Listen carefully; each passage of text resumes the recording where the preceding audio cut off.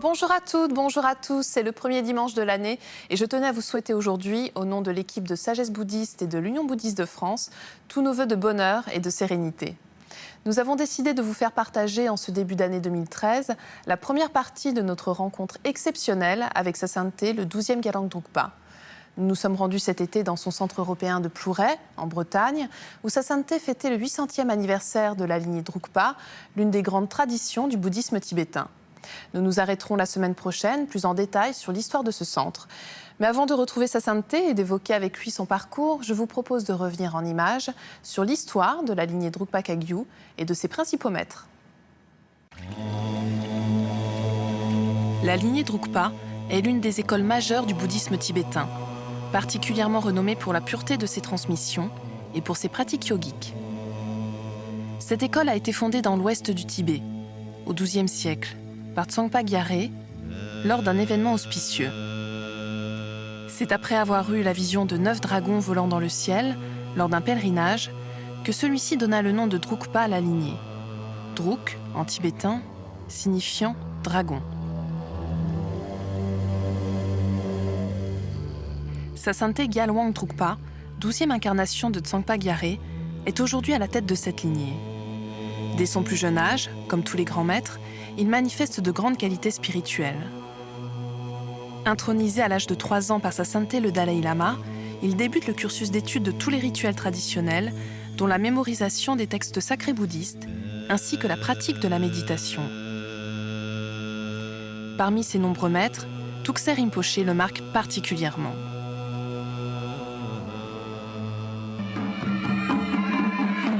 Il a accompli 3 fois le rite des 6 ornements de Naropa, une cérémonie très importante dans la lignée, le tout devant des assemblées de plus de 100 000 personnes, comme ici, au Ladakh.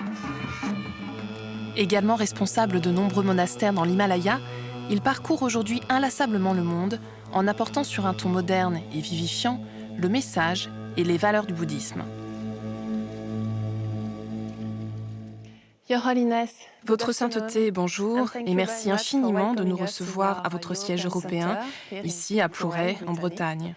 Vous êtes à la tête de la lignée Drukpa, et pour commencer cette émission, est-ce que vous pourriez nous expliquer les caractéristiques, les spécificités et l'importance de cette lignée ? Tout d'abord, je voudrais vous remercier d'être venu ici et de partager votre temps avec nous. En ce qui concerne la lignée Drukpa, je dirais que l'action, la dimension pratique, est un peu spéciale.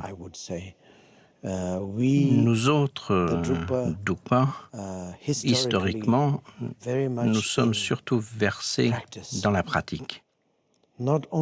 Pas seulement dans le développement théorique, mais nous mettons toujours l'accent sur le développement pratique.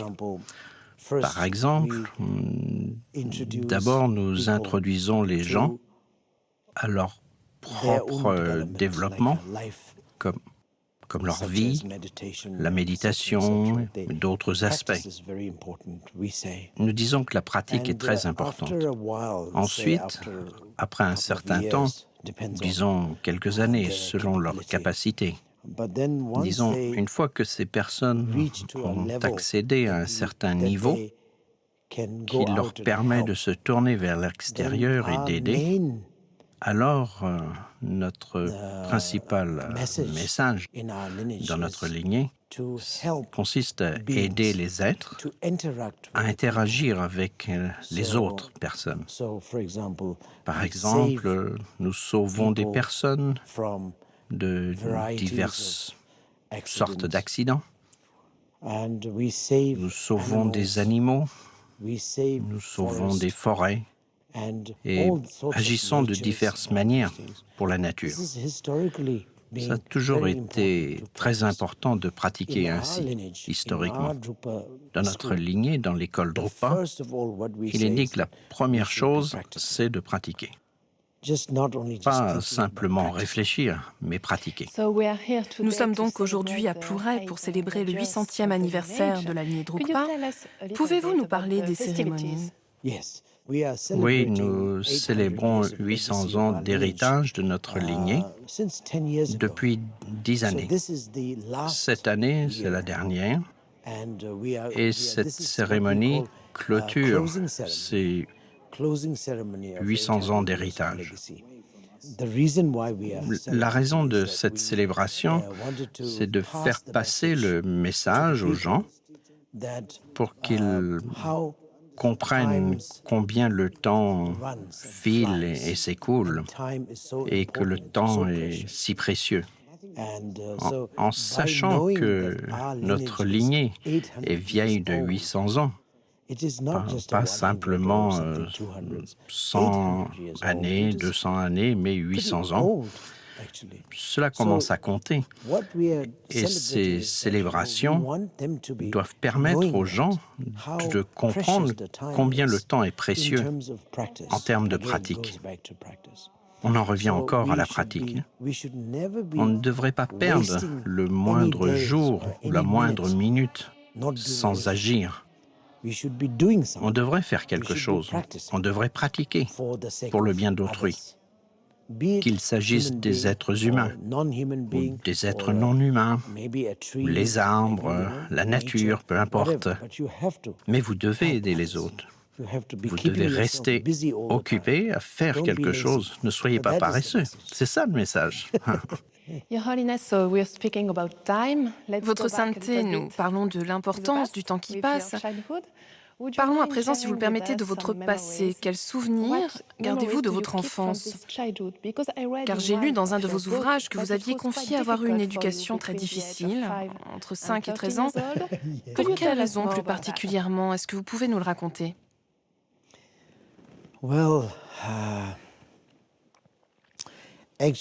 En fait, généralement, je ne me soucie pas de mon passé. Le passé est passé, et donc ce n'est pas si important, même simplement d'y penser. Mais bon, puisque vous me posez cette question, bien sûr, je dois regarder un peu en arrière et vous en parler. Quand j'y pense, c'est un sentiment partagé. La formation traditionnelle était très dure. Je pense, selon ma compréhension, que ça ne devrait pas s'appliquer à des enfants. Enfin, je pense que ça devrait s'appliquer à quelqu'un de plus âgé, qui est 18 ou 19 ans. Mais la formation qu'il me donnait, à cette époque-là, j'étais tout petit, j'avais 6 ans, 5 ans. Ce n'est pas très approprié, je pense. Enfin, si j'ose dire.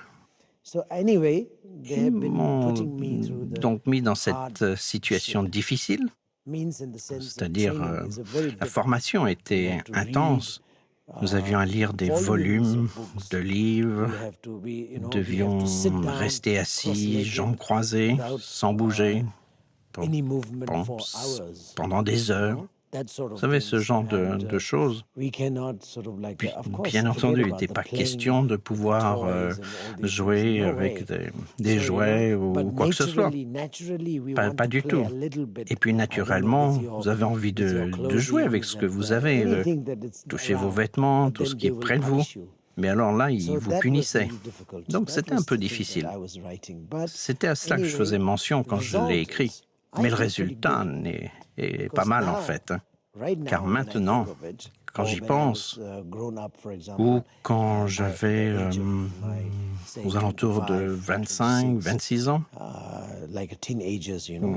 à ce moment-là, j'étais extrêmement heureux. Vous savez, en comparaison de mes collègues, je dirais même que j'étais la personne la plus heureuse. J'étais la plus heureuse, et non seulement la plus heureuse, mais j'étais aussi très satisfait, très content. Vous avez eu plusieurs grands maîtres tibétains. Lesquels vous ont le plus marqué et pour quelles raisons votre sainteté?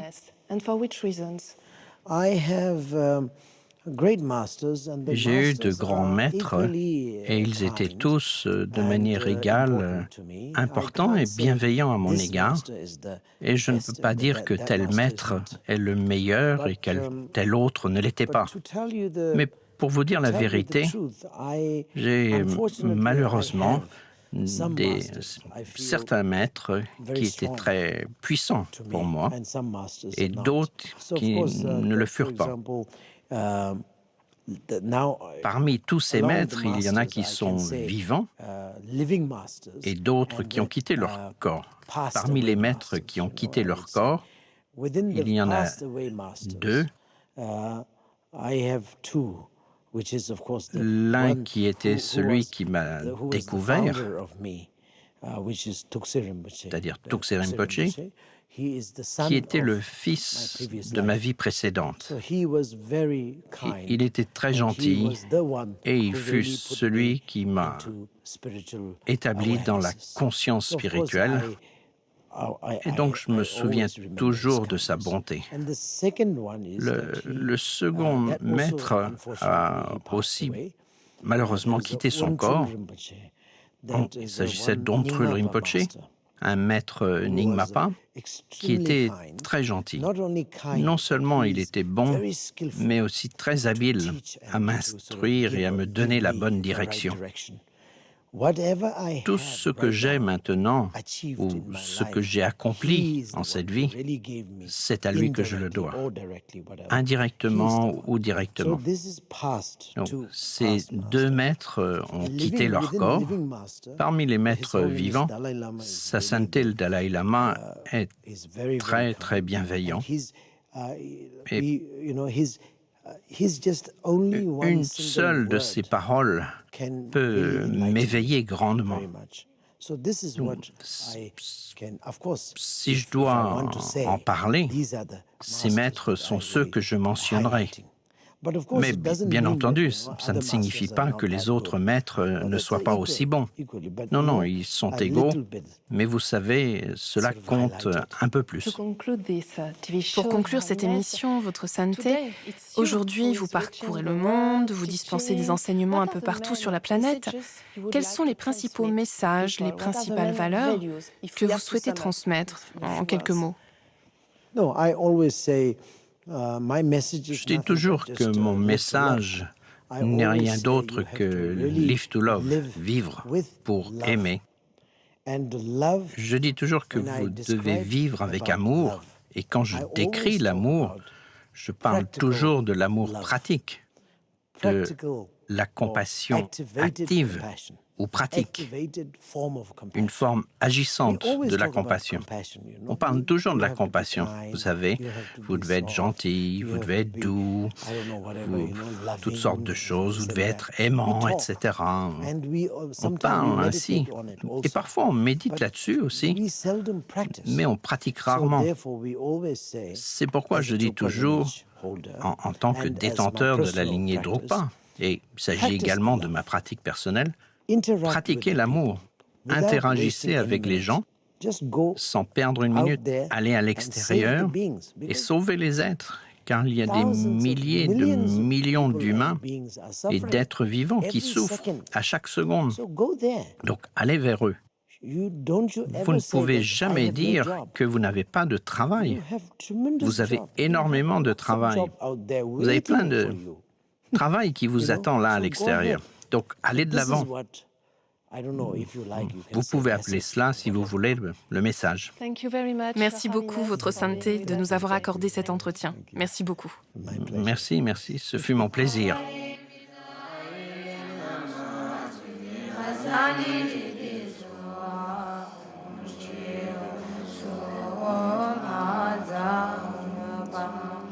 Aparimita ayurgena